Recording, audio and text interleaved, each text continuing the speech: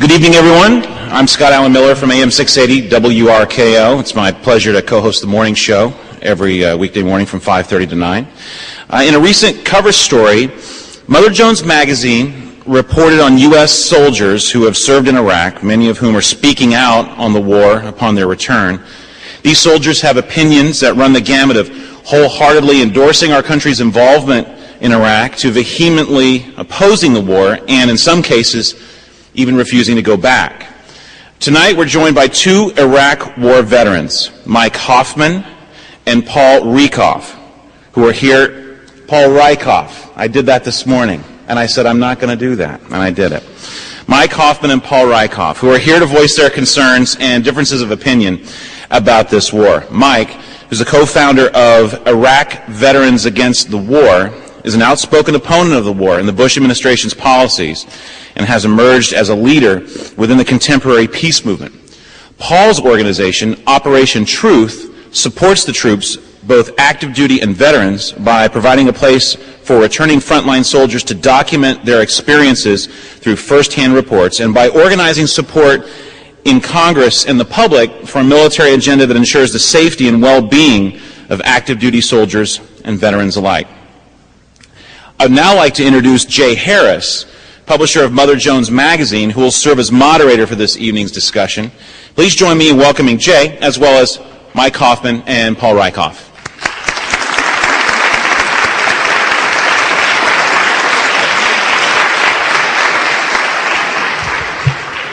Thank you, Scott. I think it's actually quite cool that Mother Jones and WRKO, along with WAND, are the co-sponsors of the event tonight. Mother Jones and RKO do not share a lot in terms of political bent. We're a progressive magazine of investigative reporting based out in San Francisco. But it's my conviction that if we are going to, as a country, confront and really deal with the issues that are being raised by our involvement in Iraq and the issues that are spinning out of it with regard to our military, that we need an honest discussion rooted in the facts, between moderates and conservatives and liberals in this country. Only there's a problem. That may not seem like a big request, but we have an administration right now that seems to be, their relationship to the truth is really sort of optional. They're quite willing to twist the facts in service of ends that they are seeking.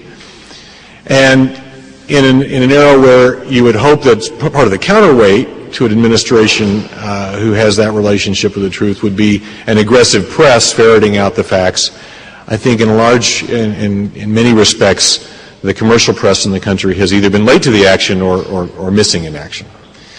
So it's with great pride that I look back at the cover story that Mother Jones did last November about military veterans of the Operation Iraqi Freedom and Operation Enduring Freedom, who were starting to speak out about the conditions that they had found on the ground in Iraq. I think if we are going to have an honest debate about the smart direction for this country, we need to include the voices that are represented by the two speakers tonight. The format tonight is quite simple.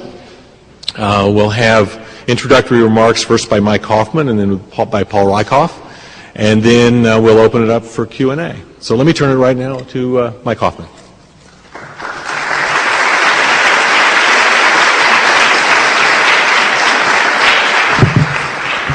Thank you.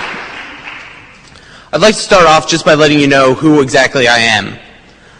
As you've heard, my name is Michael Hoffman. I served for 4.5 years in the United States Marine Corps. The last few months were spent in the Middle East at the beginning of what is now known as Operation Iraqi Freedom. I joined the Marines back in February of 1999, coming from a small city called Allentown, Pennsylvania. I'm not sure how much you know about Allentown, but it's part of what's now the Rust Belt.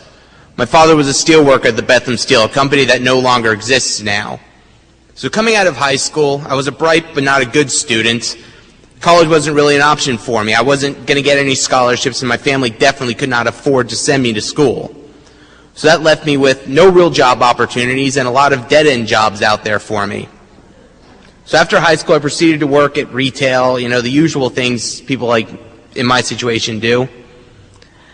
And then about a year and a half after I graduated, my friend said, hey, I'm joining the Marines, man. Why don't you come talk to the recruiter? And that's what I did.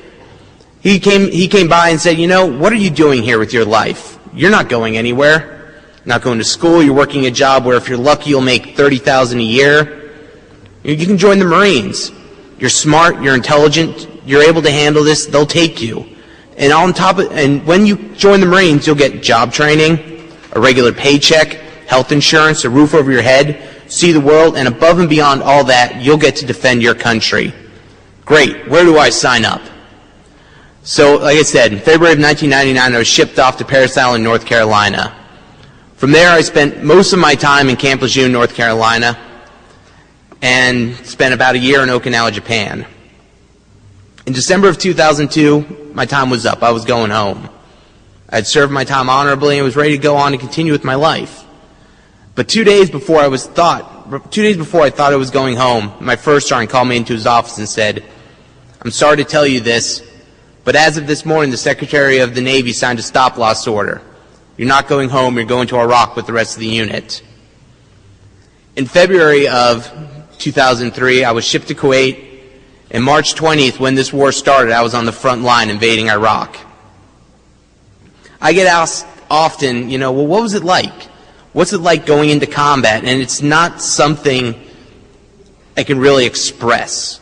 The things you're forced to do and the things you see in combat are things no one should ever have to do or experience. I look at warfare as basically the complete and absolute failing of humanity. And I've said, warfare to me is something I would never wish on my worst enemy. It's not something no one should ever have to experience. But unfortunately, because of the world we live in, we have to defend ourselves at times. I'm not anti-military. I'm definitely not anti-soldier. I was one of those troops. I served for 4.5 years in the military. But when I signed the military, I didn't sign up to fight in Iraq. I didn't sign up to fight a war based on lies. I signed up to defend my country and Constitution. And that's not what happened in Iraq. Which leads me to, what do we do now? People are always asking, well, we have to stay. We've ruined this country. We've destroyed it. We have to stay there. Well, what good is going to come of our occupation there? What good can the military do in Iraq? I spent 4.5 years in the U.S. Marines, and in those 4.5 years, I learned how to take lives and fight wars. I did not learn how to rebuild a water plant. I did not learn how to set up a power grid. I did not learn how to hold a free election. There's people in Iraq right now who know how to do those things, and those are the people of Iraq. We need to give them the chance to defend their own country. We have to give them the chance to rebuild their own country. But this military occupation is preventing that. It is the problem. It is not the solution. Right now, most of the violence that's going on, in the news media, it's usually characterized as foreign militants coming into this country, Al-Qaeda operatives, crossing in from the Syrian border, fighting the Americans. Well, if that's the case, why are there so few foreigners within that have been captured by Americans? Why is it mostly Iraqis in Abu Ghraib and the other prisons in Iraq right now? So we have to realize that once we pull out these troops, most of that violence will stop. A lot of this violence we hear about aimed at the Iraqis isn't just aimed at regular Iraqi civilians. Unfortunately, civilians get caught in the crossfire, but usually it's aimed at military recruits, police, things like that, because they're viewed as collaborators with this occupation. When the occupation ends, there's no more collaborators. And then people quickly say, well, if we pull out now, the terrorists will take over and the Iraqis will lose control of their own country. I hear that argument, and it really bothers me, because it sounds like the same arguments that the European powers made in Africa during the colonial period there. It's white man's burden. For some reason, so many people believe that the Iraqis are not capable of handling their own country. I've been to Iraq. I've talked to Iraqis. They're intelligent people. They're people just like us, and they want to rule and control their own country, and we are the biggest obstacle to that happening. Our continued occupation is what is stopping that from happening. So when I say we need to leave Iraq, we need to end this occupation, I'm not saying we need to abandon the people of Iraq. That is the last thing I want. I know what I did to those people. When we hear the word shock and awe, I was part of shock and awe. My artillery battalion was shooting probably thousands of rounds every single day, devastating the people of Iraq. I know what we've done, and we owe a lot to the people of Iraq. But the military and Halliburton and Kellogg Brown and Root are not the people to repay that debt. What we need to do is give the Iraqis real help. When the Iraqis pull together and they say we need $4 million to repair this area, we give them $4 million. That is what we owe to them for the damage we've done to their country and their culture. And you know what? Even that will never be enough. And then I also hear arguments, people saying, well, if we leave now, we're doing a disservice to those who have served, all those who have fallen.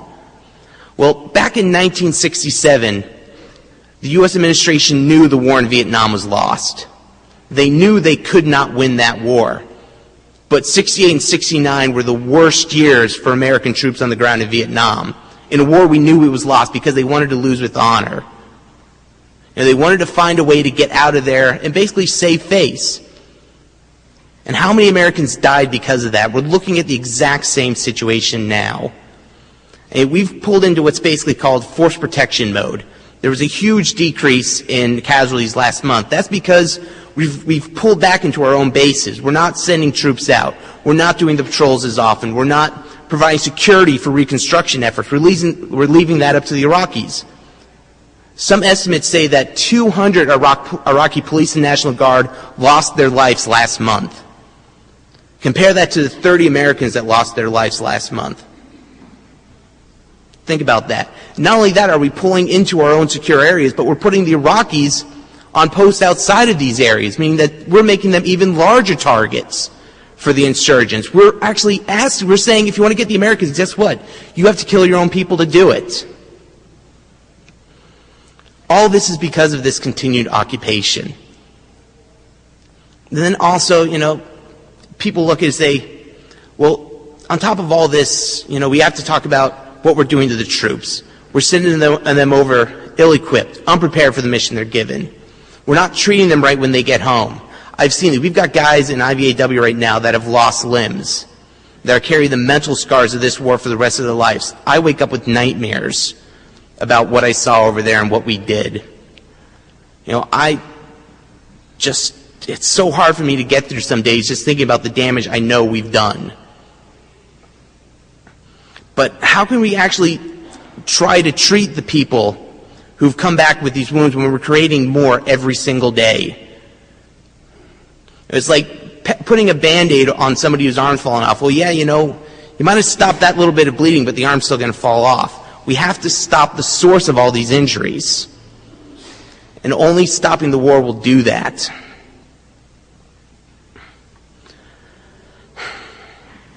So now I ask all of you to help us to end this occupation.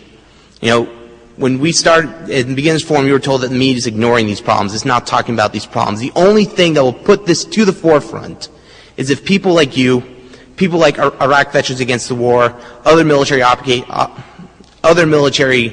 groups step forward and demand an end to this, to demand that this discussion take place. That is what will end this war. And just to end this, I'd like to read something that one of our members wrote.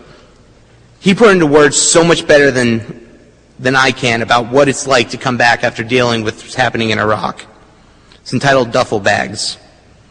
As I leave my metal box that I called home for the last year, I carry 2 duffel bags. The first is full of the gear and clothing that has offered me survival and protection. The other bag is hard to see with the compassionate eye. I have filled the second with guilt, the shame for the part I have played in this campaign in Iraq. It is more useless than the first, however, it is the burden I must carry. The ritual a soldier goes through to fill a duffel with the maximum amount of gear is a wrestling match. It took every trick in the book to fit all my soul debt into the long green bag. First, I rolled everything tight and squeezed it down, pinching and tucking to wedge it in. As it filled, I punched the sides. I held the edges and smashed my foot into the opening. I dropped it again and again like packing cigarettes.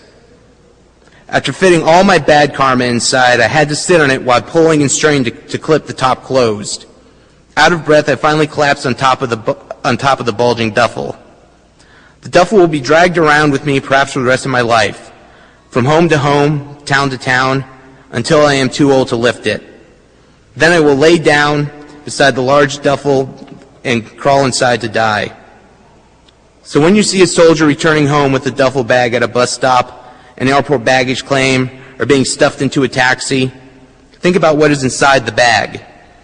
It might be rolled clothing of browns and tans, or could be dark secrets that he will never reveal to his family. The soldier will not put his burden upon you, but if you feel any responsibility for the weight of it, you may carry it for a while, if it would make you feel more decent. And if you force him to open it, perhaps everyone can take a little with them to relieve the strain of those who served. It might be a reminder that we are all at fault for America's role in the violence in the Middle East. However, a soldier is trained to sacrifice. He will take the burden to the grave or make a grave out of it if he must. Thank you.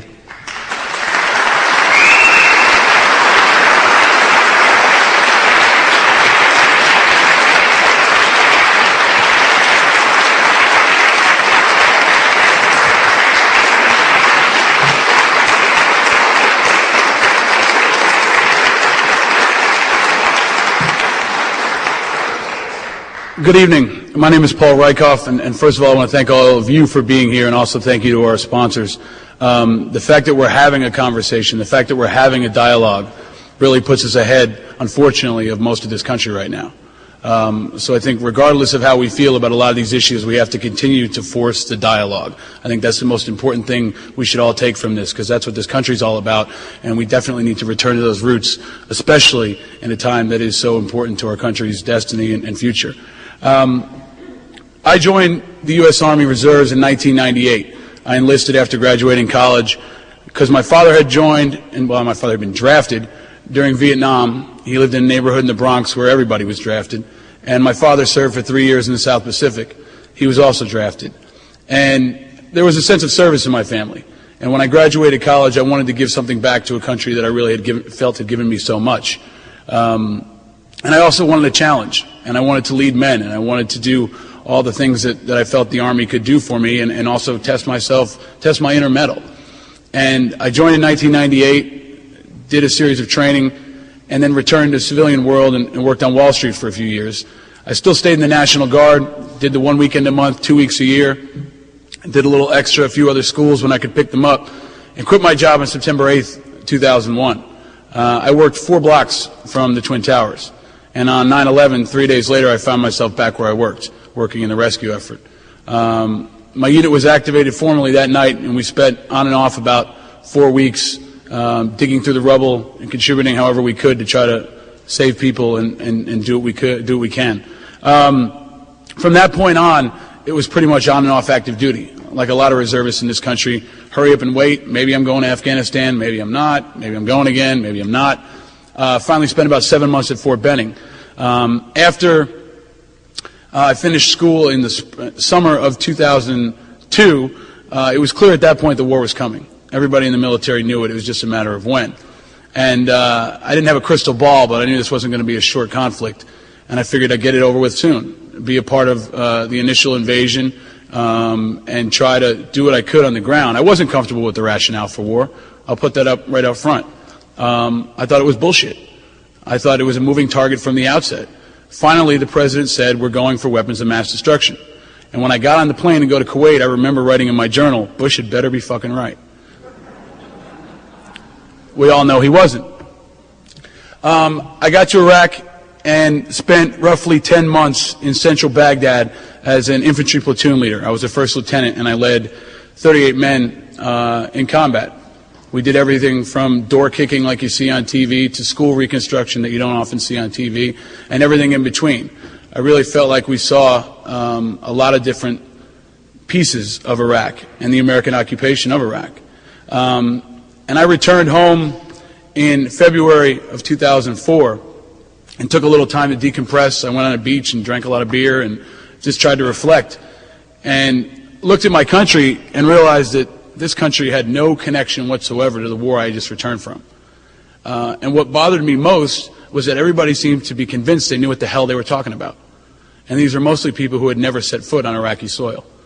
So you saw four-star generals, most of which had never participated in this war, or policy wonks who sat behind an air-conditioned desk in Washington, or a talking head on television who swore they knew what was right. But very rarely did you see, and I pretty much can't remember at all, seeing somebody like Mike or somebody like myself or somebody like the guys I served with, the young sergeants, lieutenants, privates, the people who were where the rubber meets the road, or as one of my team leaders called it, where the metal meets the meat. We just weren't involved in the dialogue. And I felt there was a really dangerous disconnect. And when I read up on it, I started to understand that there's a smaller percentage of the overall population serving in this war than any other war in our country's history, going back to the Spanish-American War. And it's a professional army. So people don't know soldiers. They don't know Marines. They're not sitting with you on the bus. They're not at your job.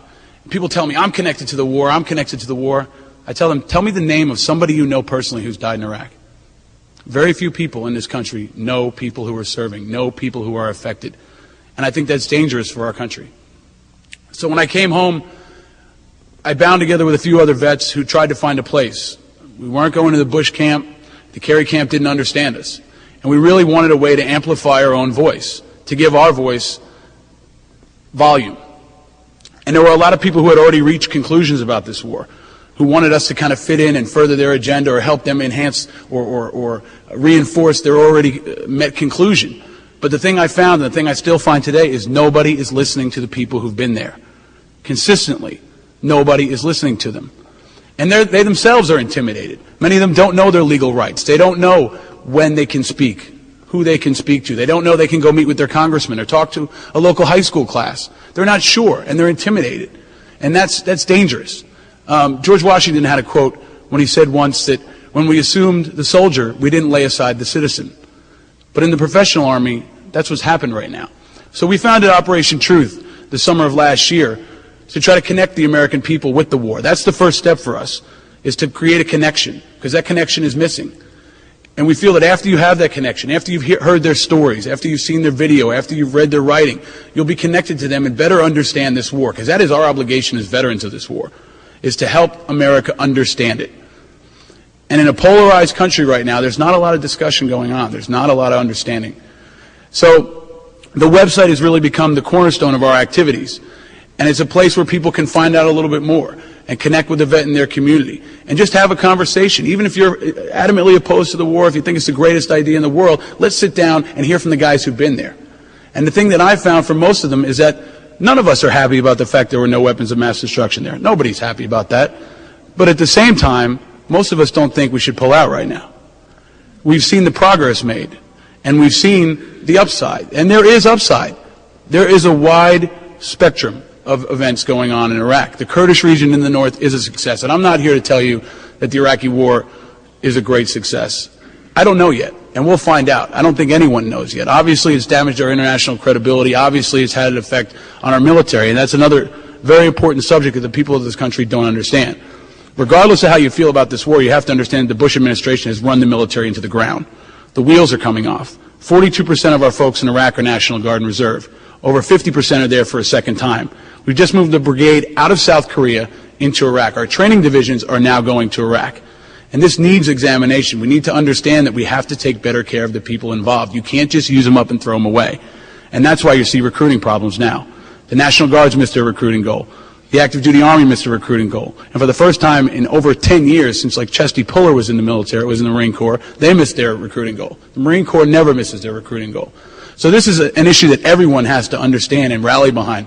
And I think talking to the people who've been there, especially the lower level officers and the enlisted soldiers who are always eliminated from this conversation, need to be understood, need to be connected with. So we've done public speaking around the country, college tours, the internet, and media. This is a new war. The first thing I tell people is this is not Vietnam. It's not 1969. It's a different war. There are different issues, and there needs to be a different movement. And that's what we're trying to do, is take veterans advocacy to the next level. As we come home, connect the American public with the veterans who are returning, and also give voice to the troops in Iraq. It's a changing battlefield. You're going to hear a lot of different opinions, just like everyone else in this country. The military is not a bunch of robots, and we're not lining up civilians and slaughtering them on a daily basis. It's just not what's happening over there. And I think that in part is why the peace movement has had a really hard time attracting veterans coming home from Iraq. Is because many of them aren't against the war, many of them are still trying to figure it out, and many of them aren't ready to be thrust into the mayhem that is the argument over the war. They just want to sit down and talk about it with each other and have a conversation and just be heard. Just listen to what they're saying. And that's not happening enough in this country right now. We also want to get the public involved so they can really support the troops. Everybody says they support the troops and put the nice little yellow magnet on their car, but there's more to it than that. 30% of the National Guard does not have health coverage. No health coverage at all. When you get activated, go to Iraq, sure, then you get some stuff, and that's a nightmare in and of itself. The VA budget is underfunded by close to $1 billion for 2006. Every major veterans organization in this country, from the VVA to the VFW to the American Legion, has called for mandatory funding of the VA, and it hasn't happened. It's because veterans issues are not a priority in this country. They're just not. And anybody who wants to argue with me about it, I'd love to hear about it. But the reality is, it's just not a priority. When I come home and my father and his buddies say, hey, the last place you want to go is the VA, that's a problem. It's a real problem. And when the President talks at the State of the Union address and doesn't mention veterans issues, it's a problem. Think about what cops and firemen would be without a union. You know what they'd be? They'd be soldiers. And they don't have a voice, so it's important that we represent that voice. The war will end at some point, I hope. I don't know when. And we all want it to end. But I think there is the question of how do we do it best? How do we do it most responsibly? We do have a moral obligation to the Iraqi people. We do have a moral obligation to help them control their country and take it over and become one, if possible, and let them determine their own destiny. But we made a tremendous mistake by rushing to war. Everyone recognizes that at this point. We don't want to make another mistake by rushing out. So I thank all of you for coming. I look forward to your questions, and thank you for your support.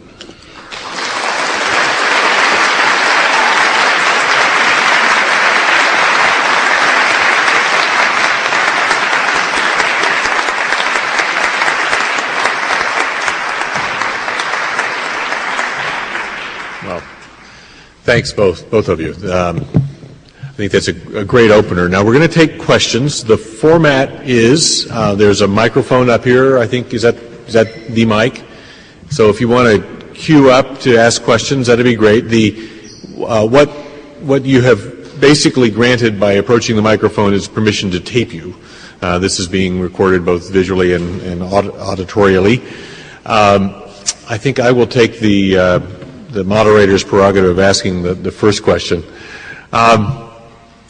Both of you referenced, I think, your frustration, I think, in not really feeling like the soldiers' view of the war was coming out to the American public. And I'm wondering if, since most of the people in the room, I certainly include myself in this, are in the position of really having our views of things on the ground in Iraq being filtered by the press, by newspapers, by television, are there questions that you would plant in our heads about sort of what's missing from the news, about the perspective that we should be asking for in the news reports? Well, I think the first thing is that you have to understand that, to use a term from my old neighborhood in New York, you're all mobbed up. The military controls access, so you've got to play ball to get access. And the American public, to some extent, doesn't even realize that. In order to get on the ground in Iraq, you have to work with the military. So therefore, the very basis of your journalistic integrity, I think, is compromised. Reporters will come back to me and say, you know, it's scary, it's dangerous. Well, suck it up. That's what I told my guys when things got hard. And I think if the press is going to maintain an image of trying to accurately present a coverage of the war like they have, I mean, there needs to be a disclaimer, something like, well, we all used the same Iraqi source from the Green Zone and never left the compound before we filed this report, which is the reality of what's going on in Iraq right now. As the insurgency has increased, the press has gotten more and more confined. And at the same time, the sheer number of press people dedicated to the war has declined. Mm-hmm. And the White House has been brilliant at controlling the war, controlling the casualties. There was a recent report that found that the wounded are only coming into the United States at night. And it's very, very important for the American public to understand the human cost. And that's not an anti- or pro-war stance. That is an appreciation and an understanding for the commitment these people have made. And at the same time, having a national dialogue to determine what is an acceptable cost. When the New York Times puts the names of the dead on page 12 every day, and the press is dominated by what color pajamas Michael Jackson wore, it's ridiculous. And I think we've seen...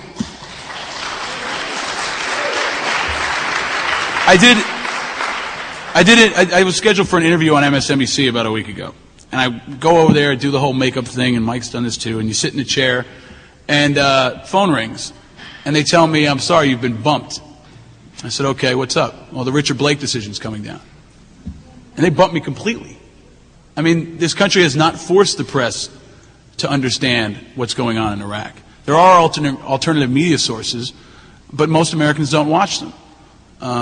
So I think the important thing to understand at the very outset is the overall media coverage of this war is crap. And most people don't even understand that. Not to be dismissive, but I think it's a fact. Mike, anything to add on that? Right, and it's not just the fact that the reporters aren't getting the story. The soldiers on the ground aren't allowed to tell their stories. There's a certain unspoken silence in the military where if you speak out and you say something contrary to what the general line of the military is, you're going to get cracked down on.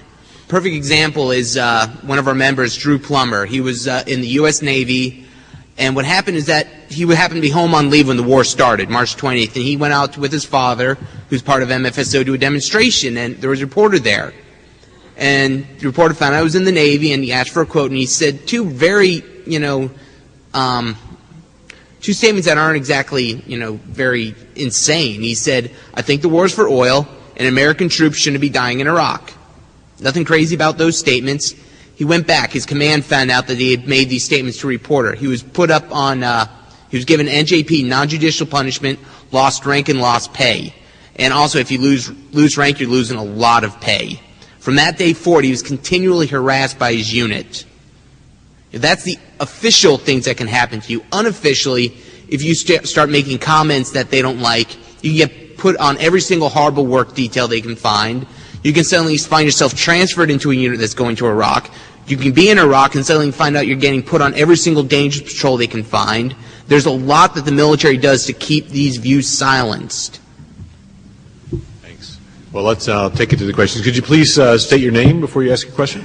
My name is Dr. John Walsh, and I'd like to say that I enjoyed the first speaker very much, and I'd like to pick up on a comment that the moderator made at the beginning and was sort of echoed in a way by the second speaker, and that is you make the point that the mainstream media hasn't reported this war very well, which I agree with. But in the back pages it's there, and I think what's missing is a megaphone for that. And the megaphone should be the opposition political party. I notice you blame the Republican Party, but the Democrats, maybe with the sole exception of Teddy Kennedy, are exactly in the same camp as Mr. Rieckhoff, for sending more troops. John Kerry is in that camp. Hillary Clinton is in that camp. And many others. Howard Dean is in that camp. So unfortunately, we have no political opposition that serves as a megaphone for the tiny reports in the media.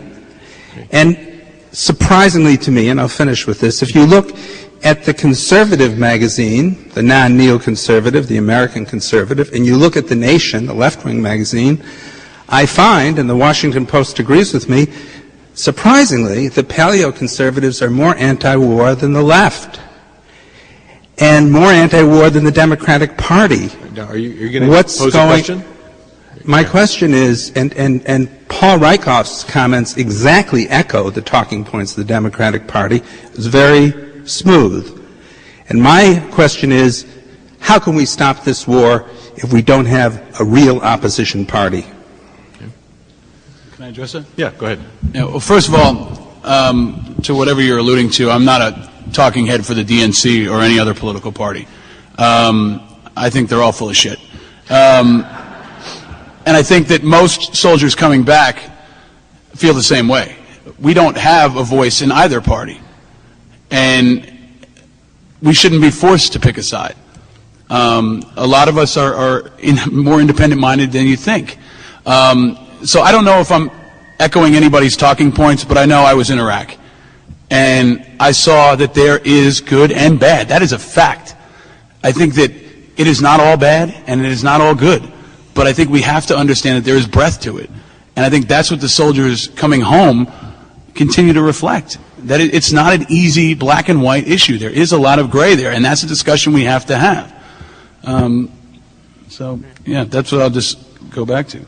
Yeah, and it's kind of funny, just to echo something Paul was talking about. I've been accused of wanting to be the next John Kerry in a lot of weblogs I've stumbled upon, which I think is funny because John Kerry disappointed me more than anyone else in this last election, because honestly, IVAW is really in the mold of what the Vietnam veterans did during the Vietnam War, and the fact that he would turn his back on that heritage he had behind him just absolutely stunned me. What he said in that one presidential debate, he should have said months before when they started attacking him for his statements during the Vietnam War, when he simply said, "I'm proud of my service in Vietnam, I'm proud of my service afterwards, and history has proven me right." If he would have said that months before and stood by it, it would have been a different election. But the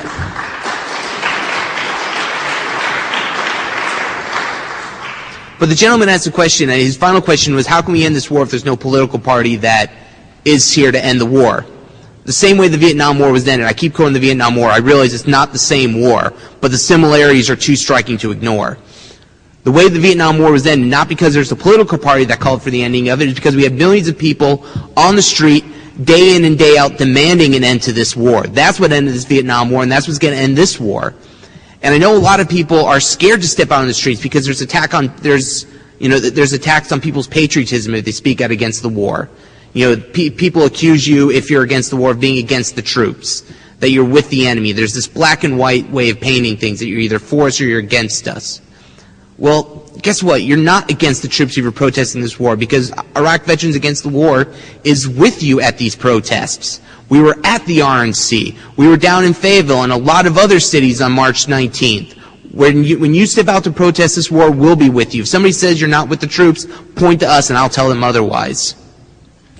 Thanks.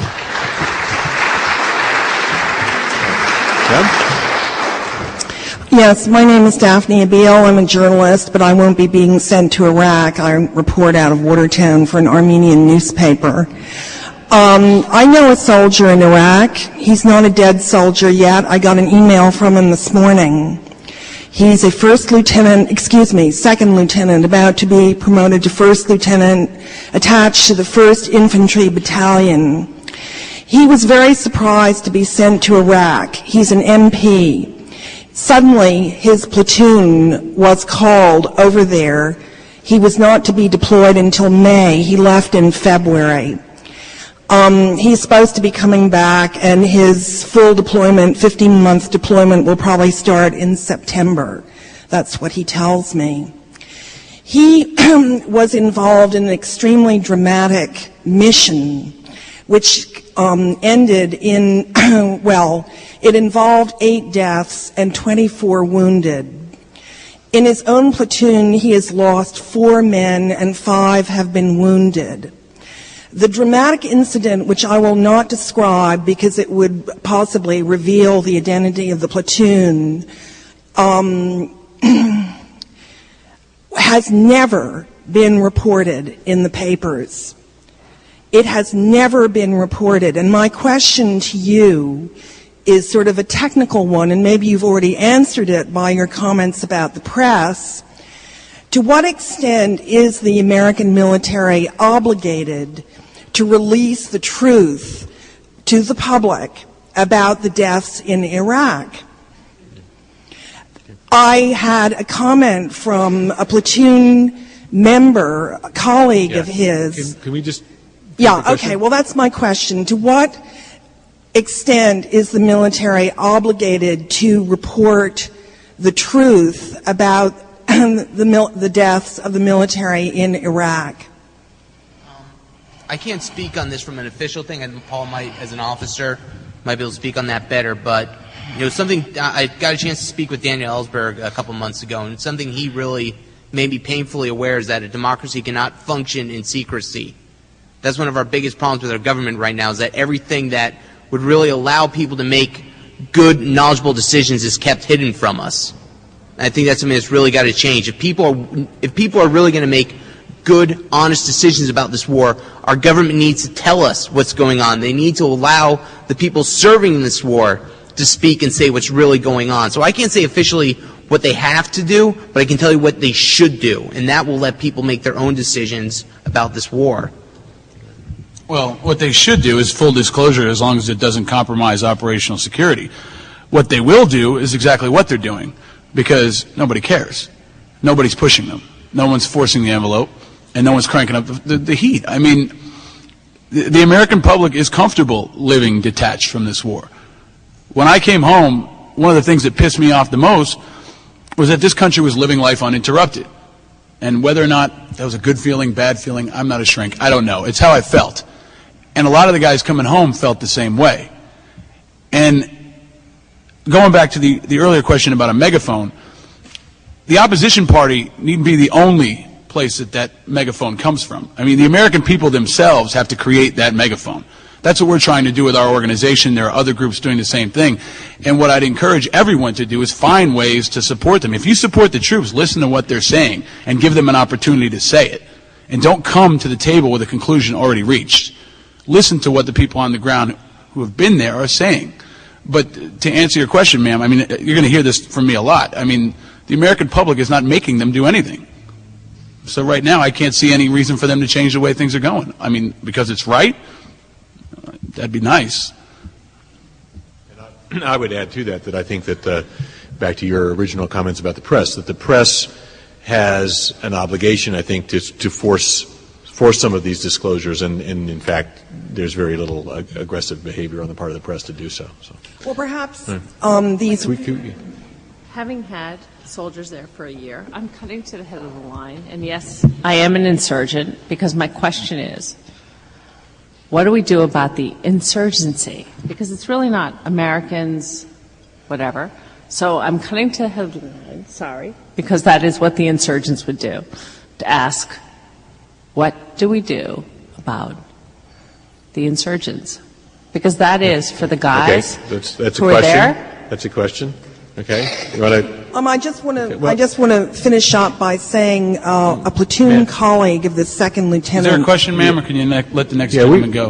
I think we okay, you didn't really answer my question, but I'll be happy to talk to you afterwards. Okay, thanks for your responses. Yeah. Okay, thanks. And I with all respect to the previous questioners, I think that we need to make questions, not speeches. So, I'm very sympathetic to the people in the various branches of the military who have faced, I think, extremely difficult choices and followed their consciences and chosen to try to seek refuge in Canada, or to try to get conscientious objector status, or simply refuse orders to return to Iraq after they've been there. Some well-known cases of people who've been there and do not want to go back. For what I think are very good reasons. And I think the first thing we can do, if we want to support the troops, is to support these people who have made the decision to end the war for themselves while the American people remain in this deep slumber that you're talking about, part of which we're not, I mean, the disempowerment of the American people is important to the story too. But pending waking up, people are choosing for themselves to end the war for themselves, and I think we ought to support them. My question is, don't we need to better articulate, notwithstanding what's been said here already, a plan to put forward, albeit with difficulty because the people in power implementing the plan are the immoral people who lied us into this war to begin with? Don't we need to come up with a well-articulated plan for how to get out? And I think it's a kind of a bridge between the two speakers, actually. Could you offer a fairly specific, what would be the key elements of a plan that we can articulate and put forward to the American people that would be persuasive and that would convince them that it's right to get out and that there's a way to get out and that we ought to go forward and do it? I think, first of all, that, what you're talking about is basically like the idea everyone's asking for a timeline, And I'm not going to say a timeline's a good thing. I still think immediate withdrawal is the best solution. I believe that if people were actually informed about what was going on, if what Paul and I are both advocating for, this megaphone for those who have served in there to tell their stories, if reporters are actually getting out there and telling the real stories, I think people would realize immediate withdrawal is the best option. But even a timeline would be a step in the right direction, because that'd be something the Iraqis could at least hold the Americans to, that they would understand that, contrary to what I believe, that maybe the Americans don't want to set up permanent military bases, that they don't want to stay there forever, that there is some goodwill there, and that will go light years towards actually making some progress in Iraq. A timeline's a good thing, and I think it really is amazing that we haven't created one.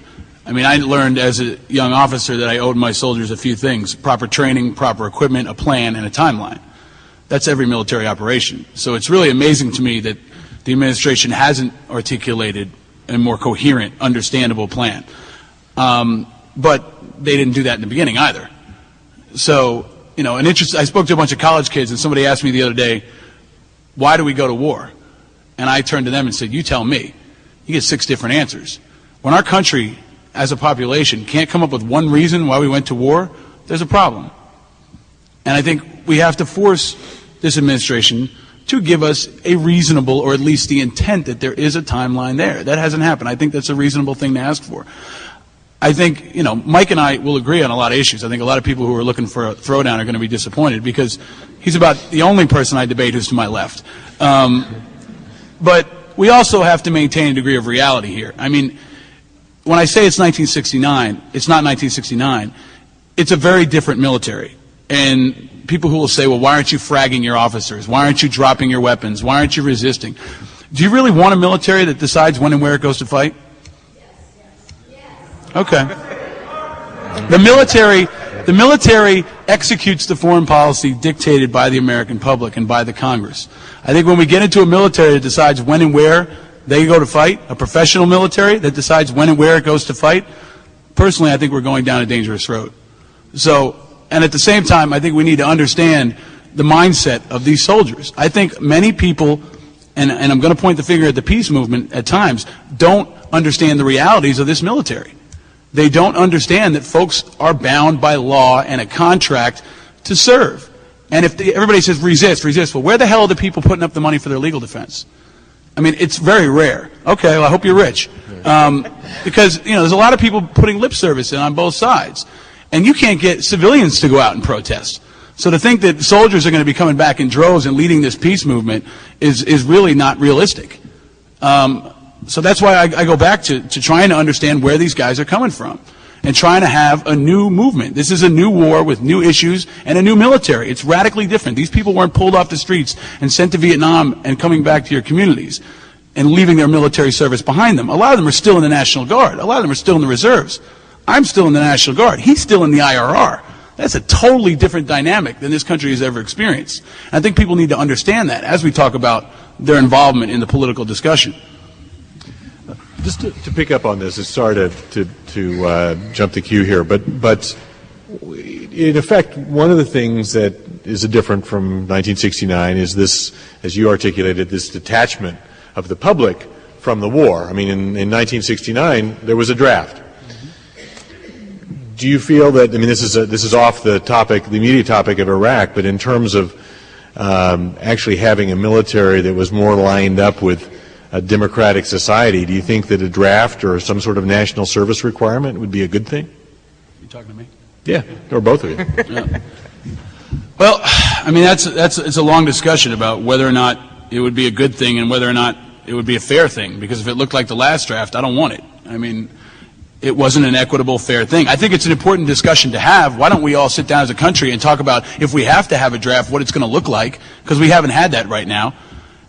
It's been kind of used as a political football sometimes, thrown around, but the reality is it may not be a probability, but it is a possibility.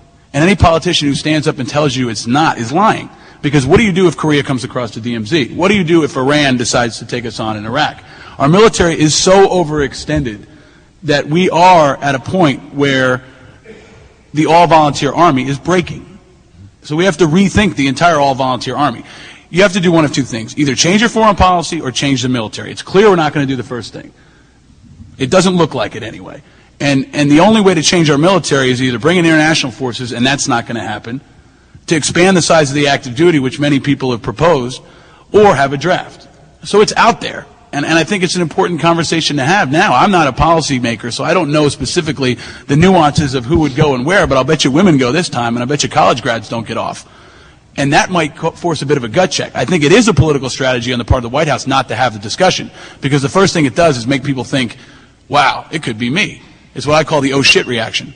They go, whoa, you mean my kid could go? Yeah, your kid could go. It totally alters the dynamic and the thought process of that person. And I think that's a very important thing to do. If I was going to wage an unpopular war, the first thing I would do would be to build a professional military. Yeah, thanks. Mike? First of all, I'm against any and all kinds of drafts. There's never been a fair draft. If you look at in our past history, you could buy deferments for yourself. Now, in the Vietnam War, you didn't buy deferments. You bought off doctors to give you bad physicals you could get out of it. There's never been a fair draft in the history of mankind. I'll go on the record as saying that. Now, we can't expand the military. How are we going to expand the military? We all know that nobody's meeting their recruiting goals. So how are we going to expand a volunteer army when we can't get enough people to fill the volunteer army we already have? People say, well, we'll offer bigger bonuses. Guess what? In the war we have right now, it's not going to work. Right now, the Pentagon is actually paying colleges to do studies to find out how to talk parents into letting their kids join the military. Because I was talking to one of my friends, and they said he was asked the question, well, what's a just war? He gave this whole long, involved answer. Like, no, you're missing the mark. A just war is a war you would send your children to. And we are not fighting a just war. Parents are not letting their children join. The Army right now has dropped the requirement to have a high school education to join. You don't even need a GED to join the Army right now. For the Reserves and National Guard, they have increased the maximum age up to 39. Now, I know this is far-fetched, but let's think about this. A 39-year-old private with a 9th grade education with a rifle in Iraq. I know it sounds sad, but it's a real possibility now with what they're doing. That is how strapped they are for manpower. They are calling back people who have not served for years, who were medically discharged, and they're calling them back. I've talked to people, members of IVAW, who have been in traumatic accidents and been horribly injured in Iraq, barely get patched up, and against doctors' orders are ordered back to combat. They get these orders, doctors say he's unfit for duty, he's suffering from PTSD, his physical injuries mean he cannot serve, we don't care, he's still going, we need the warm bodies. That's what it's getting to. So how are we going to expand this? So I say the only real answer to fixing our military is getting a sane foreign policy. That is our only option to fix this.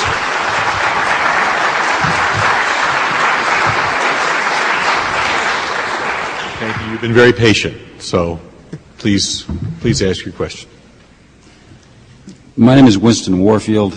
I'm a veteran of Vietnam. I volunteered during that era. I was not a draftee.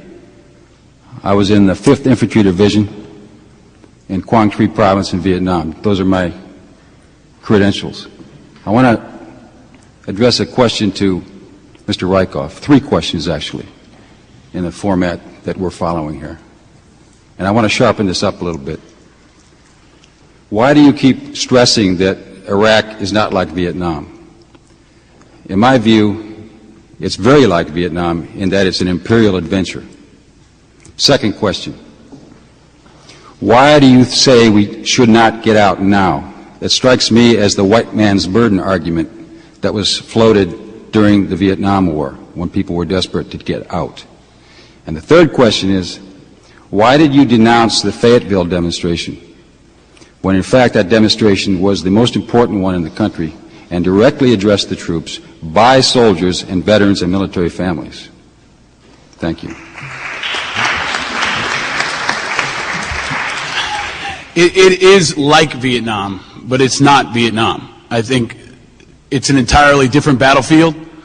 It's an entirely different global situation.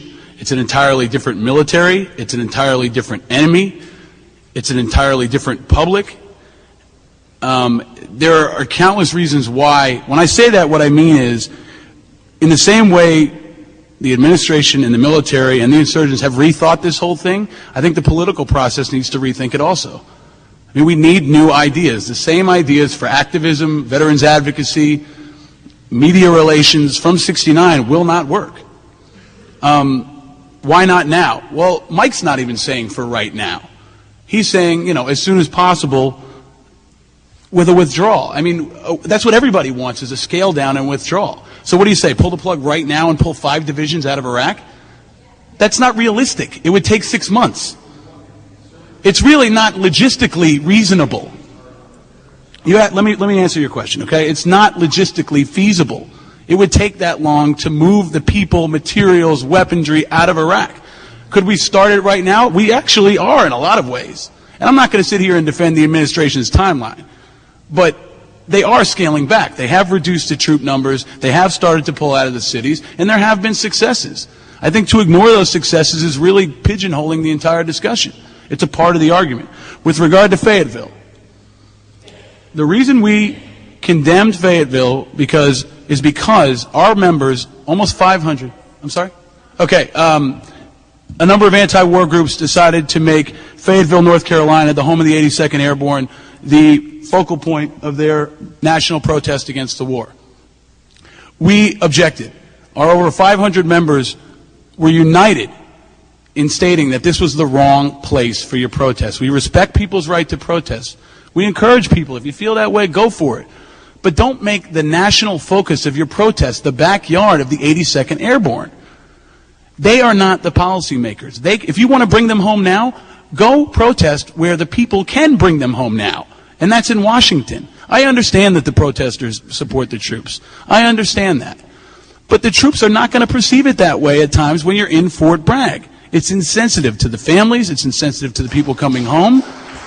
And if you don't believe me, the guys who are clapping just got back from Iraq. They just got back. They just got back. But here we have 250 million people in this country, and you had 3,000 at an anti-war protest. That was the national focal point. I think it's out of touch. You've had almost 1 million people rotate through theater. The Iraq veterans are not joining the anti-war movement. It's just not happening in big numbers. The conversation has to evolve. And I don't think it has. And I think Fayetteville is an insensitive decision. If you want to protest the people who can affect change, do it. You probably lost, even if I was an anti-war protester, which I'm not, strategically it's a stupid decision. You're shooting yourself in the foot. I mean, you have to recognize that. And if you don't, I think it's another indication of how detached the extreme anti-war movement is from the military families and from the military people serving in Iraq. I think they're just removed. And our members agreed. So that's why we took that statement and we made that decision. Well, I feel like just since I was in Fayetteville, I need to address some of this.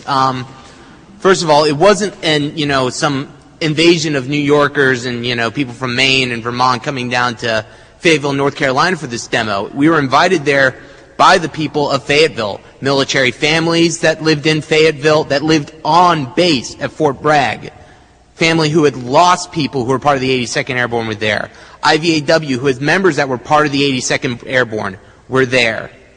I served right down the road in Camp Lejeune. I was there. I spent a good amount of time at Fort Bragg when I was in the military.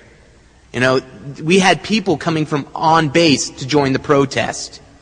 Soldiers were coming from on base. Soldiers there was an email sent to a member of Bring Them Home Now that said, our first sergeant came down and said, we are not to go to this protest. We are not to go anywhere near downtown. Can you please give me directions to the protest site? So it's not a unified thing. And I think people who feel this way have a great misunderstanding of what was going on in Fayetteville. Just about every single person who spoke there was either a veteran or a military family. I spoke there. We had members of the 82nd Airborne who spoke there. There were military families. Kara, what's Kara's last name? Kara Hollingsworth, whose husband is with the 82nd Airborne in Iraq right now, who's raising their daughter on her own while her husband's deployed, came out to that protest. So I think by painting a blanket that everyone in this base was appalled by this is very wrong. I think that's something we really have to understand. And by saying it was an insult to those on base, I don't feel that way. I think I think this is probably going to be where we will throw down. Yes, people in the military communities there invited you, but they can be wrong too. And it's really not indicative of how, I think there's a false impression that this is how, I debated a woman on MSNBC who said thousands of soldiers were going to be there. That's just not the case. And it's really, it looks like a cheap press hit. You know that if you go to the 82nd Airborne, you're going to get press. And that didn't even work out. So, I mean, if the intent is to try to get publicity, then, you could just as easily say you're going to protest a funeral. I mean, it's just not the people who can affect those decisions. If you want to bring them home now, go to Washington where people can bring them home now. But you have to look at it and realize that the people you're trying to reach, the people I'm trying to reach, aren't in Washington. They're in Fayetteville.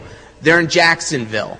They're in Oceanside. They're where the military bases are. Because I think something Paul and I will agree on is when those people in the military speak out is when these policy changes will happen. And we were there to let those people in the military know that when they do speak out, when they do decide to make their voices heard in this, we will be there for them. That was our main point in being there, that we support them. We want them to speak out. We want them to realize that we will support them when they reclaim their constitutional rights. So you want them to drop their weapons and become a conscientious objector? If that's what they feel they want to do, they have that right to do that. They have that right, but I think you're also kind of encouraging them to break the law and endanger themselves without a lot of protection.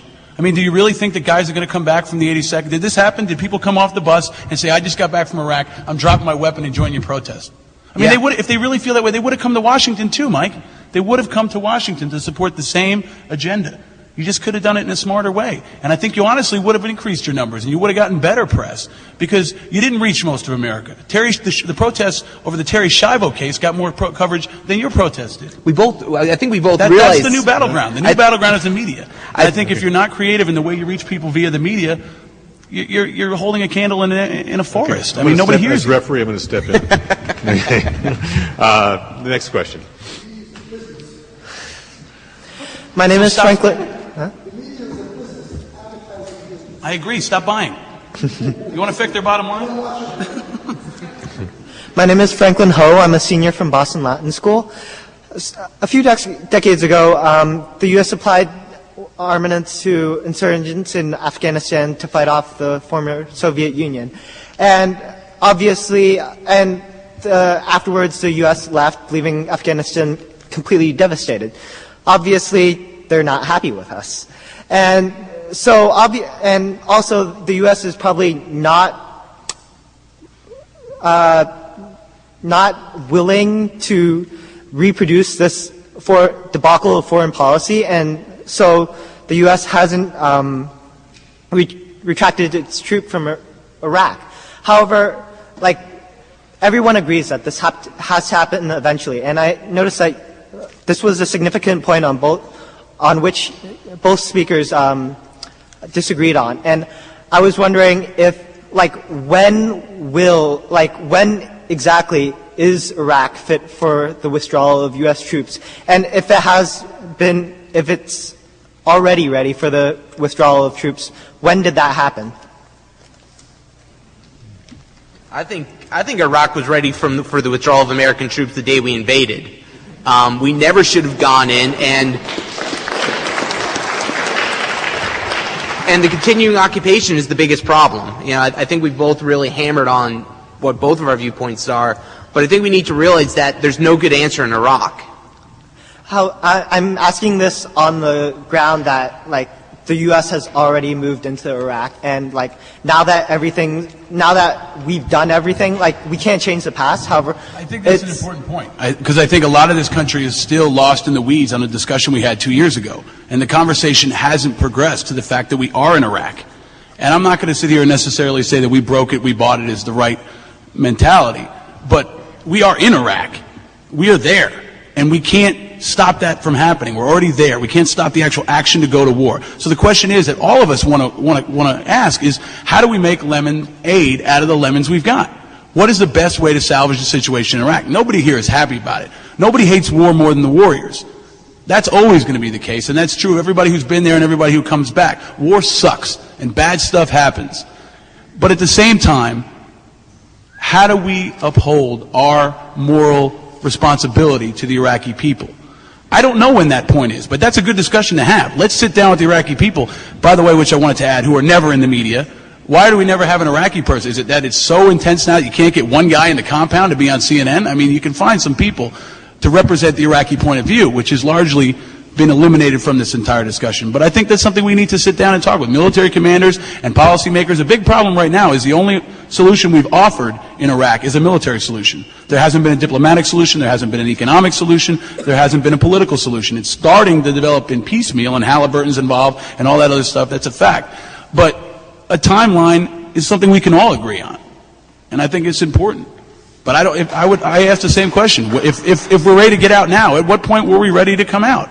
I mean, I'm not a general, and I'm not a diplomat, and I'm not an Iraqi civilian leader. I think they all need to be involved in that conversation, build out a timeline, and say, okay, this is the time we should all leave.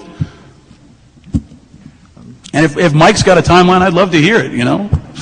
I do have a timeline. We say we start leaving tomorrow, and we start leaving tomorrow. I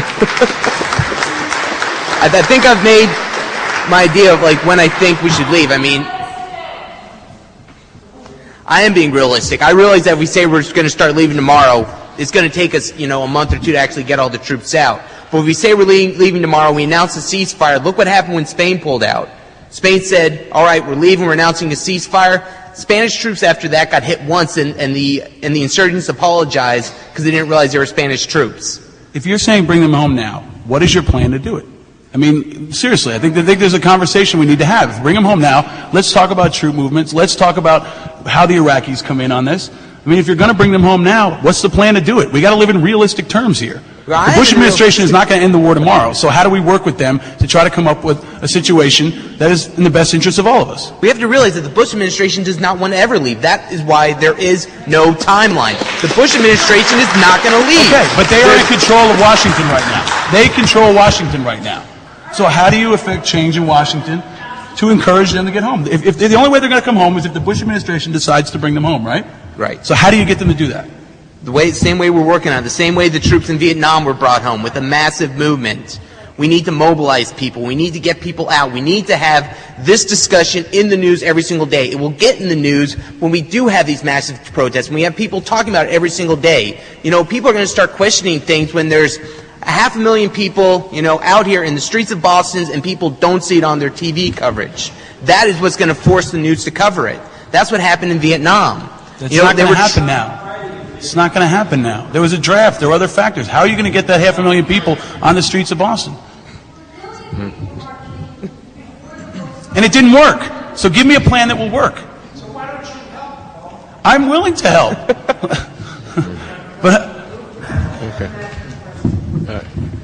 So, Nathan, can we have the next question? Yeah. Thanks. Yeah, my name is Alpin Ameda, and I'm with the International Socialist Organization, and I did want to just raise the issue of Fayetteville. It's not what I was going to talk about, but a basic right of any democratic country is the right to call a demonstration where and when you please. That's just basic. And Fayetteville, frankly, was 3,000 bigger than it was last year, which I take total confidence from. But just to get to my question, Paul Rieckhoff, you were saying that we have a moral obligation to the Iraqi people, who I think would probably hate war more than the soldiers who are fighting it right now, if you ask them. But, I think that Mike Hoffman really laid out what the reality of that obligation looks like for Iraqis, which is like, I think your statements totally took Iraqi people out of the picture. The reality is like a devastated Fallujah in Iraq right now. That is not a city, it's rubble, where if people want to come back in, they have to go through retinal eye scans. It's essentially a concentration camp. There are no jobs in there, and so forth. There's Abu Ghraib prison, where people have been tortured and murdered. There are more than 10,000 people in Abu Ghraib. The fact that the second oil-rich country in the world, there's an oil shortage in that country. That's the reality of what the U.S. Government interprets as obligation. But I think it's wrong to say that there are gray areas, because there's stuff that we do know. We know that oil is a key factor for the U.S. administration. Oil ministries were what were defended first off. Halliburton, Bechtel making millions. Can you pose the question? Yeah, my question, is that all those reasons are why 6,000 people have deserted from the Army and more continue to join Iraq Veterans Against War. And I think my question is to Mike then, which is like, what can the anti-war movement do, when people who do speak out against the war are stifled in their, in what they think because of what they've seen, and when they're not parroting the status quo? What can our movement do to strengthen them? Well, I think when you're talking about resistance within the ranks, people speaking out, first thing you do is just what I keep telling people to do. We need to take action. We need to get on the streets. We need to make our voices heard. That is going to put pressure on the government to stop doing those things. Those of us who have money who can afford it, support the legal funds of those who speak out. Give them the assistance they need. I'm going blank on what the rest of your question was. I want to address some of your points. First of all, there are obviously problems in Iraq, and the Iraqi people need to be involved in the conversation. There's also something called Kurdistan. That's an incredible success right now, relatively speaking, to the rest of the country. And you called Fallujah a concentration camp. Well, there are a couple guys in the back of the room who just came back from Fallujah. I don't know if you've been there, but they have. I'd love for you to have a discussion with them. I don't want to get them assaulted by the crowd here and have them overwhelmed. But the problem is that not enough people who are in Fallujah are involved in this conversation. Have you been to Fallujah? No, and your numbers are also inaccurate on the number of deserters. 6,000 have not deserted. There are a number who haven't showed up in the IRR, and that number is closer to 3,000, which are not deserters necessarily. So, we need to be factual in our understanding of the numbers and also the situation on the ground. Fallujah is a mess, absolutely. I don't know if it's a concentration camp. I think radical uses of language like that are what are polarizing this country and what has driven a lot of soldiers away from people like you that are talking in those terms. A soldier is not going to be attracted to somebody who talks about Abu Ghraib and Fallujah being a concentration camp as a starting point for a conversation, because it's a failure to understand the reality that most of us saw on the ground. Fallujah is a mess, and Abu Ghraib was an atrocity, absolutely, but it's not the whole picture, and that's what the American public needs to understand as well. I think just Paul's mentioned Kurdistan a couple times. I think we have to understand why Kurdistan is a success. Kurdistan is a success because it's basically functioning as an independent country ever since the first Gulf War. There was really no need for any kind of military action except to push out the few remaining Saddam military units that were still in there. Ever since the first Gulf War, the Kurds have been arming themselves. They've been setting up military academies, their own government. Actually, Kurdistan right now, for me, is the big question that could ultimately completely destabilize Iraq. Because guess what? The Kurds want independence. And honestly, I don't blame them. Now, the problem with this is that they have a well-trained military and a well-armed military. One of our members came back from Kurdistan a couple months ago, and he was telling me stories of, disciplined military academies, artillery batteries set up ready to go. They have some old Russian armor there. They're ready to fight a war. And Turkey, to make things even worse, has said publicly that if Kurdistan announces independence, they'll invade. Well, Turkey's part of the EU, so that gets Europe involved, and that would also get Iran and Syria involved and just cause a whole mess. So that's something I think definitely needs to enter the conversation about Kurdistan and what's going on there and what's going to happen there. And that's something we're just not talking about. Thanks. Next question. My name is Nancy Lesson. I'm a co-founder of Military Families Speak Out. My stepson Joe was over in Iraq at the time, Mike, when you were over there. And Paul, I'm concerned that in your talking, you're setting up what I feel to be artificial barriers between those of us in the military and military family community and the peace movement. In fact, Military Families Speak Out now has well over 2,000 military families speaking out to end the war and bring them home now. And there has never in this country been this large a movement of military families coming out against an administration, against a majority in Congress, to speak our minds. And we very proudly, when we march in demonstrations, march with Iraq veterans against the war, and we march with Gold Star families for peace who have all lost loved ones in Iraq, and we march with Vietnam veterans against the war and veterans for peace, and we are, in fact, part and parcel of the peace movement in this country, and we're proud of it. Does that mean we see eye to eye on everything? No, I don't see eye to eye with my family at the dinner table. This is America. But I think that our position is bring them home now. And that position comes from a very deep feeling that it was wrong for the U.S. to invade Iraq, it's wrong to be occupying, and there is no right way to do a wrong thing. What we know, and many in the peace movement know, they do know the names of those who have died in this war. They know Specialist Casey Sheehan. They know Sergeant Michael Mitchell. They know because their parents are part of Gold Star Families for Peace and Military Families Speak Out, and they speak at demonstrations, and those are two soldiers who died 1 year ago today on April 4th in Sadr City, 2004.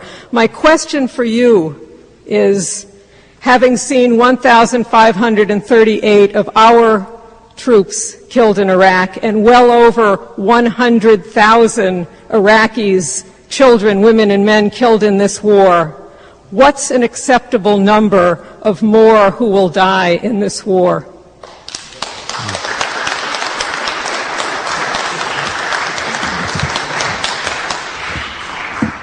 I don't know.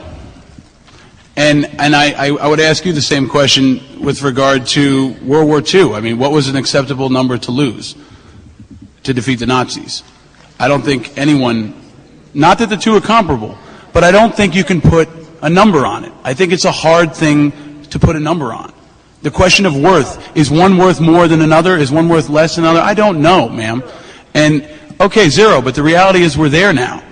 And I wish none of them died. I know a number of them that have died and a number who are on their way. But there's a sense within this country that the peace movement is also rooting for failure in Iraq.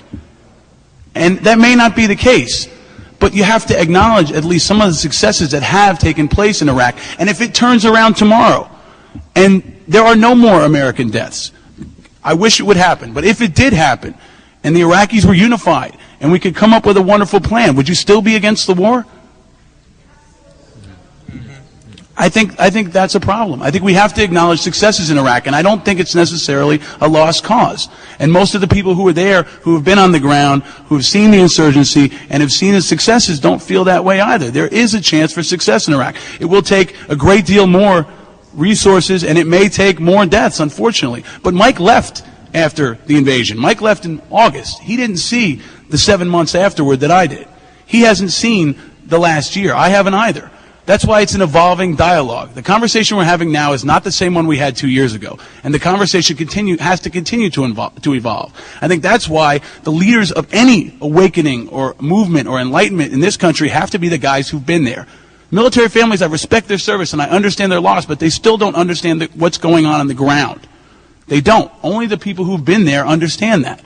On the Iraqi side as well. And I think it's important that they play a predominant role, a permanent role in helping this country understand what's going on so we can chart a course for the future. See, I promise I wouldn't make any statements like this, but I think, unfortunately, we were talking about saying that the peace movement seems to be rooting for failure. Well, unfortunately, because a lot of statements people like you've made and other people in the media have made, and they're bringing up, these misconceptions about the Vietnam War and the protests that were going on there, that the protesters were anti-war. I have talked to so many people that were Vietnam veterans who came back and said, I didn't know what to expect, but when I came back, I met peace protesters, and they gave me a place to stay. They took me around to protest. They helped me out. There's so many misconceptions that are being thrown around about the peace movement, that we're anti-troop, that we're unpatriotic. 90% of those are false. You know, that's what we really have to remember, that we're here to support the troops. We're here for a sane American policy. Most of us, I would call, are some of the greatest patriots I've ever met. People who love this country, who realize how great this country is, that realize how much better we have it than so many other countries. But what we've realized is that us and the rest of the world can have it a lot better if we get past the problems we have right now. Thanks. Okay, now I've been told that we're running short on time, and so what I'd like to do is to actually ask, since there's only 4 of you left, can you each we'll hold the answers, but each of you pose the questions, and then I'll ask the panelists to respond. Okay? So, go ahead. Well, one of the quick questions that we have, and could be for a good conclusion, was that if you were to have anyone who says that they are going to join the military, whether it's for that cause of Iraq or for anything, what would you, individually, what would you have said to them? Okay. So, can you hold that thought? Okay, next question. My name is Laura Garza, and I'm a garment worker here in Massachusetts and an active member of UNITE, which is the Union of Garment and Textile Workers. And one thing I wanted to ask, and I think that we have to consider, is that foreign policy is an extension of domestic policy. And when you mentioned the number of soldiers, or, of people who don't have medical care, it's not just people in the reserves, it's millions of people in the United States. And we are facing things like, many of my coworkers who may or may not have the so-called proper documents, facing more and more searches. When you go to get on a plane, your name's on a list when you go to the library. So part of what I think it's legitimate to ask is, if this government, which doesn't provide health care, which is lowering the standard of living for the majority of people, which is actually putting limits on democracy, which we have to fight, what can this government claim that it is going to do somewhere else? That's why I agree that immediate withdrawal is the only thing you can demand, because I don't have confidence that this government is going to do anything somewhere else different than what it does here, which is to stand on the side of the wealthy against the needs of the majority. And when it goes other places, I believe that's what you see that it does. So the problem with the idea that that some big we, all American together, can all be patriotic for the wonders of America, well, we have to recognize there's different realities depending on who you are in America. I think we've got a question. Isn't that part of what we have to take a look at when you look at foreign policy? Thank you. Next. Hi, my name is Dimitri Flameropoulos. I'm a student at Northeastern University. And I know a lot of college students who are very much against the war, but also very much against public demonstrations and protesting. And when you look at the coverage of, for example, the March 20th protests, and on television you see a giant cardboard George W. Bush robot, and in print you see a bunch of quotes taken from all the people who came to push their pet political organization. I was wondering, my question is for Mr. Rieckhoff, what do you think is the advantage of a more media-focused approach, and I don't want to say less partisan, but maybe less self-important anti-war movement? Good question. Thank you. Sir? Hi, my name's John Harris. I was the coordinator of the Iraq War Veterans Tour. I have a real quick question. If the soldiers in Iraq believed that this war, the purpose of it was to establish permanent military bases to dominate the politics and resources of the region, but not only in Iraq, but the entire region. If soldiers knew that this was the purpose of the war, to have permanent military bases to dominate the peoples of this region, would they be enlisting in the Army to fight this war?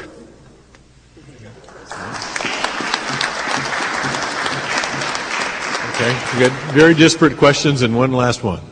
Hi, my name's Julie Keith. I was wondering, you guys have been, Mr. Rieckhoff, you've been talking about the problems of not meeting the recruitment levels in the armed forces as something bad, but I think that that's really great. That, and I wanted to hear what you guys thought about the fact that students on different campuses and even high schools, particularly working class and poor neighborhood schools, where people have been kicking military recruiters off their campuses, saying, we don't want you here, as well as the soldiers who have stood up and refused to go back to Iraq or go to Iraq, like Pablo Paredes, Camilo Mejia.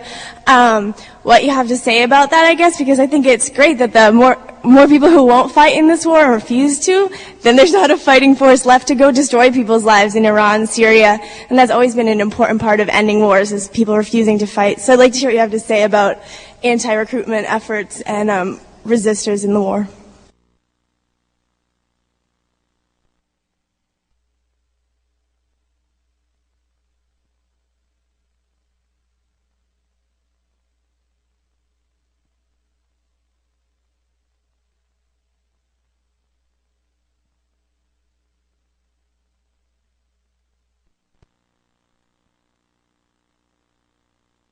He mentioned his advocacy for the what do they call it now? Conscientious objection. When, conscientious objection, your advocacy for that. I just want to know, in your time over there, what was your motivation to stay over there and do your job? That's it. Okay. Thank you all. And I'm not sure exactly how you can thread your way through that, but that's your problem. I'll respond to the first one, and Paul wants to jump in, and then we'll handle all those last questions. I think we can do all those in one it's shot. Definitely better than the one they had for Iraq. All right. Just to answer that last question, I think my first sergeant answered it best. Before we went over to Kuwait, and actually about a week before we went over, he, as first sergeants are apt to do, he kind of shoot away all the officers and addressed the enlisted only and said, he said, don't think you're going to be heroes. You're not going to Iraq because of weapons of mass destruction. You're not going to Iraq to get rid of Saddam Hussein or to make Iraq safe for democracy. You're going there for one reason and one reason alone, and that's oil. Which point, a lot of the guys who've been in for a while, we get pretty cynical in the Marine Corps pretty quick, so we kind of nodded our heads and like, yeah, you're probably right.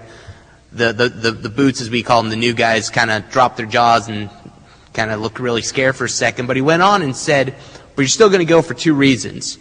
The first is you signed a contract that said you would follow the orders that you were given. All right, I know that.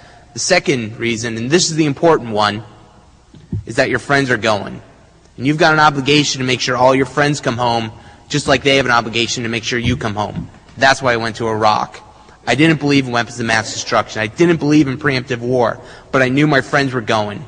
And if just one of my friends would have gone, if everybody else would have refused and one of my friends would have gone, I would have gone with them. And that's one of the main reasons I'm doing this work right now. Because I don't want to see a single one of my friends go back there. I don't want to see a single one of my friends who are there right now lose their lives. That's why I did this. That's why we formed Iraq Veterans Against the War. So there are a couple of questions. The recruiting question, that's a long conversation.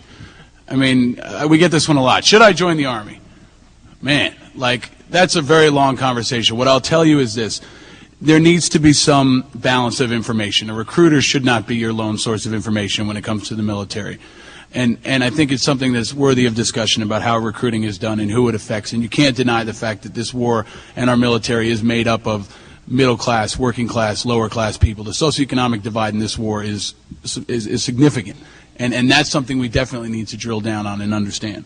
I think a big question is, how do we involve more people in this discussion? Because we're going to have it out tonight, but there are a lot of things we agree on. And I think especially when it comes to issues of troops and veterans advocacy, things like the funding of the VA, things like proper care for the wounded, things like stop loss. There are a lot of issues that we can focus on that I think, and we believe as an organization, we can move the ball forward on. We have a legislative focus, and we're trying to build a group of nationwide supporters who can find a tangible way to support the troops. That's really what we're trying to do with Operation Truth, to educate the American public about the war and then give them a way to help the people fighting it. It's a different focus than Mike's, but we share a lot of goals. And to the gentleman's question about the media focus, that is the new battlefield for the anti-war movement, the pro-war movement, veterans advocacy. It is the media. I mean, it's not the streets of these cities anymore. People aren't coming out of their houses. They're not getting involved, but they're watching the boob tube and they're on the internet.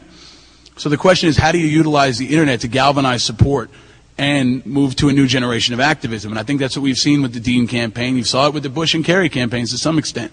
But that is the new generation of veterans advocacy. And the Iraq veterans movement, which both of us are a part of, will be in large part on the internet and in the media. And I think that needs to be our focus, because the big question for us is, how do we talk to more people? How do we get more people in this room?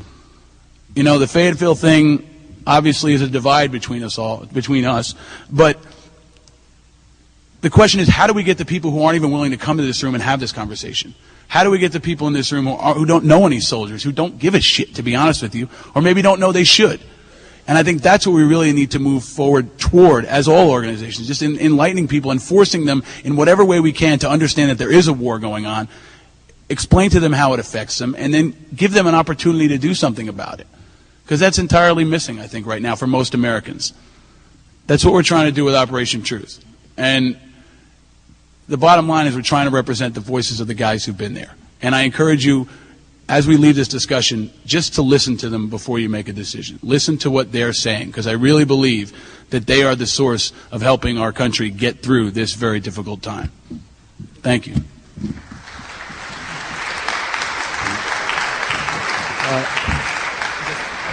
Last word, Mike? Okay. Just looking at, well, first of all, I heard one person talking about unions and workers' rights and things like that. Unions is something very close to me. My father's a steel worker. My mom's a Teamster. One of my grandfathers was a postal worker. So it's something I understand and have grown up around. And just so you know, how can we say we're promoting democracy and things like that here or over there when we're not even doing it here? A good example is what's going on with unions in Iraq right now. You know, we denounced Saddam Hussein, said he was a horrible man, but yet the one rule we chose to enforce that Saddam passed was the one barring unions and union organizing. And there's a lot of questions about the insurgency, and generally I hate the insurgency. They tried to kill me and they're trying to kill my friends. But there's certain parts I like of it, like the Southern Oil Company, which is fighting against the occupation through union organizing and striking, work stoppages, things like that. And of course they're being cracked down on by the occupation forces and by the Iraqi government under Saddam's rule against unions. Now also you were talking about recruiting. I've done a fair share of counter-recruiting. I think counter-recruiting is the wrong word. I think word I heard thrown around Veterans for Peace recently is a much better word, full disclosure. This is something I think Paul and I would agree on, that when somebody joins the military, you know, I've had a lot of friends who are recruiters. I've done recruiting duty. You're a used car salesman, basically. You've got a pitch and you're trying to sell something. Now, you've got, you know, this really nice-looking, you know, 68 Mustang you want to sell some kid. Are you going to mention that the brakes are failing and the transmission's bad? Or are you going to talk about the sweet cherry paint job and the 302 Boss under the hood? Recruiters are doing the same thing. They're going to talk up, you know, money for college, which isn't nearly enough. They're going to talk up the paycheck, which is really dirt poor when you look at it. They're going to talk about the travel. Yeah, let's go see downtown Baghdad. That's where I want to go. You know, they're going to bring up those things, but they're not going to bring up, you know, what's going on. They're not going to talk about, you know, what's really going on in Iraq, how dangerous it really is, that even people that they claim are nowhere near the front lines are up front. That women, guess what? It's pretty equal in the military right now. Women are in combat. Technically, they're not supposed to be there, but guess what? They're there just because lack of manpower. They need warm bodies up front. They're not going to talk about those things, and this needs to be in the discussion. You know, I've been going into high schools in the idea of full disclosure. I'm not going to tell somebody not to join the military, because I know I was, you know, 17, 18, 19 not too long ago. If somebody told me not to do something, I turned around and did it. So I'm just going to make sure that they understand fully what's going on. They're also questioning, you know, that the fact that, you know, recruiters are getting forced off campus and things like that. You know, it's for college campuses, and a lot of these campuses are working class campuses. It happens in community colleges, places like that, where it's working class kids there who see what's going on firsthand. It's their friends that are in Iraq. They're the ones losing educational benefits. They're the ones losing jobs because of all the money that's going into Iraq. They're the ones who are seeing their mass transit systems gutted because of war funding. They're angry. I think they're justifiably angry. I'm not saying recruiters are the people that they should be taking it out on, because I know recruiters. They're just guys trying to get a job done, and most recruiters hate their job. But it's a justifiable anger, and they're the ones who see it the most. So that's my take on it. All right. I think on that note, we'll conclude. I want to thank my co-sponsors, or Mother Jones co-sponsors at WRKO and at WAND. And Susan, I'll turn it back over to you. Thanks.